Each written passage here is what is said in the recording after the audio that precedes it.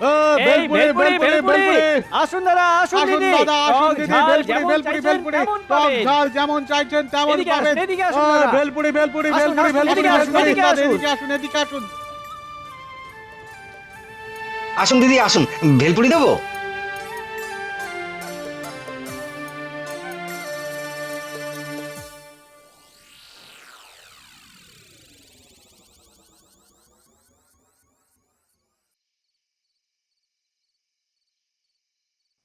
কই গো গিন্নি, কোথায় গেলে? একটু জল দাও, খুব খুব তেষ্টা পেয়েছে।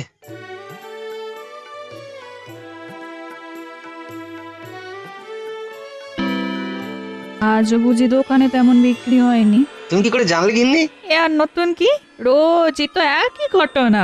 বলি, এবার ভেলপুরির দোকানটা ছেড়ে এমন কাজ দেখো যাতে ঘরে দুটো পয়সা আসে। ওই ভেলপুরির দোকানটা আমি সব থেকে ভালোবেসে চালাই গিন্নি, উপার্জন হচ্ছে না বলে ওটা ছেড়ে দেবো?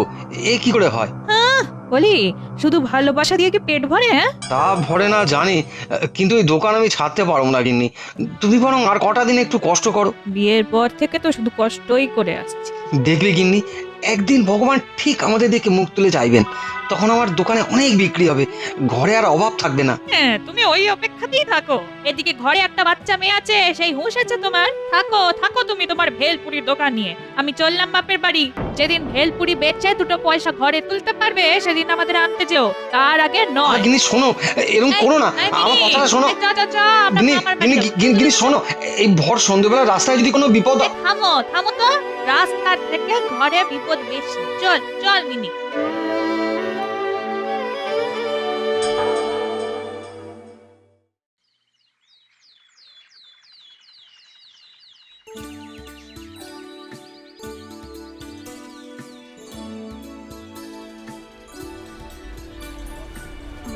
এই যে ভাই, আমাকে বেছে বেছে 2 কিলো আলু দাও তো। আলুর দাম আবার বেড়েছে ভম্বলদা, আজ 30 টাকা কিলো। বলো কি ভাই, এত দাম? আগের কিছু পচা কাটা থেতলানো আলু আছে, অর্ধেক দামে দিয়ে দেবো, নেবে? ও আলু সেদ্ধ করে ভেলপুরিতে দিলে কেউ কিছু বুঝতে পারবে না। না না, খদ্দের হলো লক্ষ্মী, আর তাদের কম দামে বাজে জিনিস কেন দেবে? তুমি ভাই বেছে বেছে ভালো দেখি আমাকে 2 কিলো আলু দাও। আমি জানতাম তুমি বাজে জিনিস নেবে না। এত খদ্দেরের চিন্তা করলে তোমার ঘরে মা লক্ষ্মী আসবে না ভম্বলদা, দেখে নি। ভাই, আজ আলু কত করে? আজ 30 টাকা কিলো। ভালো আলুর দাম জিজ্ঞেস করিনি, পচা কাটা থ্যাতলানো আলু আছে? আছে। তাহলে ওই আলুই 2 কিলো করে দাও, কম পয়সায় হয়ে যাবে। আমরা তো আর ভম্বল নই যে বাজার থেকে বেছে বেছে ভালো আলু ভালো মশলা কিনে ভেলপুরি বানাবো। আর তারপর সারাদিন দোকানে বসে মাছি তাড়াবো, হ্যাঁ? সে তোমরা যতই আমাকে নিয়ে রসিকতা করো, আমি খদ্দেরদের সঙ্গে বেইমানি করতে পারবো না। কে করতে বলেছে তোমাকে? হ্যাঁ, কে করতে বলেছে? তুমি থাকো তোমার সততা নিয়ে, আর বসে বসে মাছি মারো।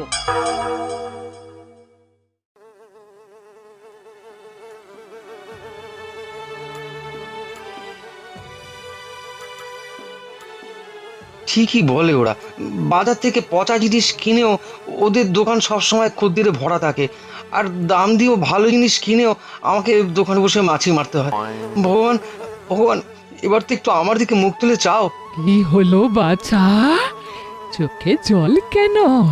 পেঁয়াজ কেটেছ বুঝি? আগে না। ও বুঝেছি, তাহলে নিশ্চয়ই চোখে লঙ্কা গুঁড়ো পড়েছে, তাই চোখ জ্বলছে। আগে সেটাও না বুড়িমা, জ্বলছে আমার খারাপ ভাগ্য, আমার দ্বারা আর ব্যবসা হবে না। জীবনে কখনো শুকনো ডালের মতন মট করে ভেঙে পড়তে নেই বাছা, একটু শক্ত হও। জীবনে কি সমস্যা সেইটে আমায় বলো। শুনবেন? তবে শুনুন।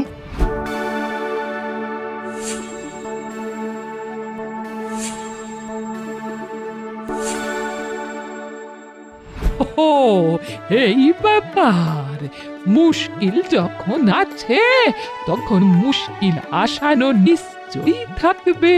কিন্তু কোথায় আছে সেই মুশকিল আসান? কেন, আমার পোটলার ভিতরে। এই দেখো, এই মশলা যে খাবারে পড়ে না, সেই খাবারের স্বাদ হয় দ্বিগুণ। ও বুঝেছি, আপনি মশলা বানিয়ে বিক্রি করেন। সত্যি ব্যবসার কত দিক আছে আমি কিছুই জানি না। বেশ বলেছ তুমি।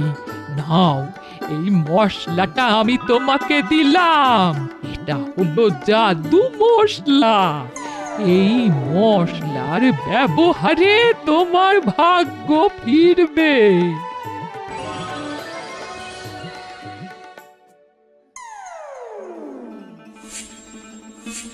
যা, কোথায় গেল বুড়িমা? এই জাদু মশলার ব্যবহার সত্যি সত্যি আমার ভাগ্য ফিরবে? আমার না কেমন বিশ্বাস হচ্ছে না। দেখি তো মশলাটা একবার ব্যবহার করেই দেখি।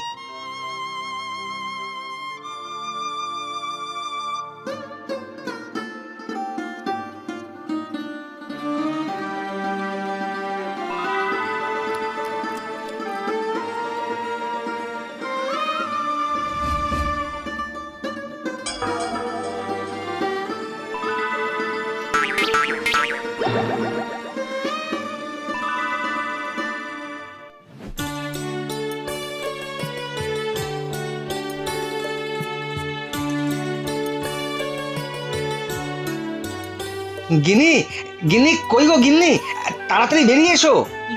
কি হলো হ্যাঁ? এই ভর সন্ধ্যেবেলা গিন্নি গিন্নি করে ডাকছো কেন?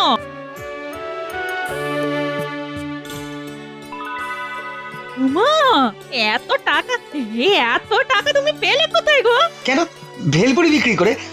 ভগবান আমাদের দিকে মুখ তুলে চেয়েছেন গিন্নি। তুমি সত্যি বলছো? এত টাকা তুমি ভেলপুরি বিক্রি করে উপার্জন করেছো? আমার তো বিশ্বাসই হচ্ছে না গো। এইসবই বুড়িমার জাদু মশলার গুণ গিন্নি। হ্যাঁ, ওই যতদিন আমার কাছে এই মশলা আছে ততদিন আমাদের আর কোনো চিন্তা নেই। চলো এবার মিনিকে নিয়ে বাড়ি ফিরে চলি। চলো চলো চলো চলো তো। এই দাঁড়াও, আমি মিনিকে এক্ষুনি ডেকে আনছি। মিনি, এই মিনি, চল মা, আমরা বাড়ি ফিরে যাবো, চল।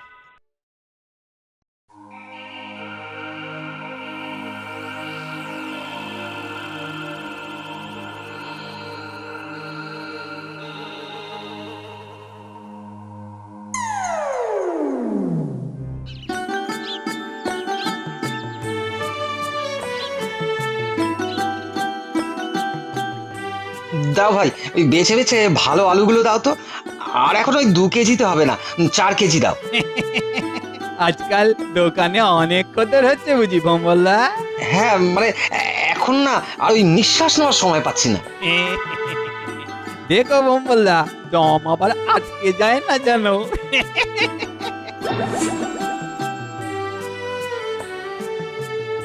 কি ব্যাপার বলতো? দিন দিন ভোম্বলের ভেলপুরির কদর বেড়েই যাচ্ছে।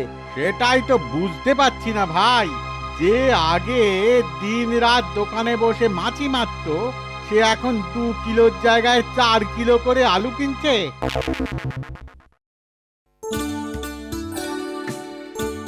ও গিন্নি, আরে হলো তোমার? তাড়াতাড়ি গুছিয়ে দাও, না হলে দোকান যেতে দেরি হয়ে যাবে। হ্যাঁ, এই তো হয়ে এসেছে। সর্বনাশ! কি হলো? এই দেখো গিন্নি, আর সামান্য জাদু মশলা পড়ে আছে। এটা শেষ হয়ে গেলেই তো সব শেষ। তখন তো আবার আমাদের সংসারে খারাপ দিন নেমে আসবে বলো। ইস, তখন যদি বুদ্ধি করে বুড়িমার ঠিকানাটা নিয়ে রাখতাম, তাহলে এখন ওই বুড়িমার কাছে গিয়ে আরেক কৌটো জাদু মশলা নিয়ে আসতে পারতাম। হে রে, আমি কি ভুল করলাম? এটাই তোমার সমস্যা, বুঝলে?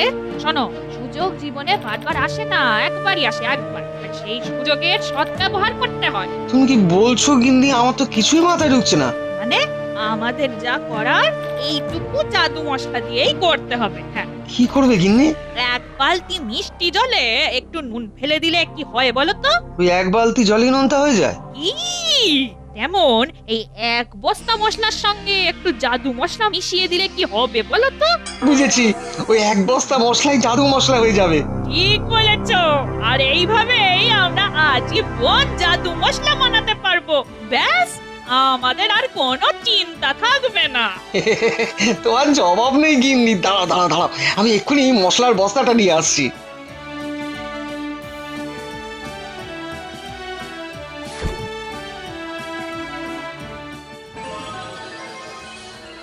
হয়েছে গিন্নি, হয়েছে, কাজ হয়েছে। আজ বুঝলাম ভাগ্য ফেরানোর জন্য শুধু জাদু নয়, বুদ্ধিকেও কাজে লাগাতে হয়। দেখেছ তো, ওই জন্যই বুদ্ধিমতী বউদের কথা শুনতে হয়। সব সময় মনে রাখবে, একজন সফল পুরুষের পিছনে একজন নারী থাকে। ঠিক বলেছো গিন্নি। আর ভোম্বলের ভেলপুরির পেছনে থাকে জাদু মশলা।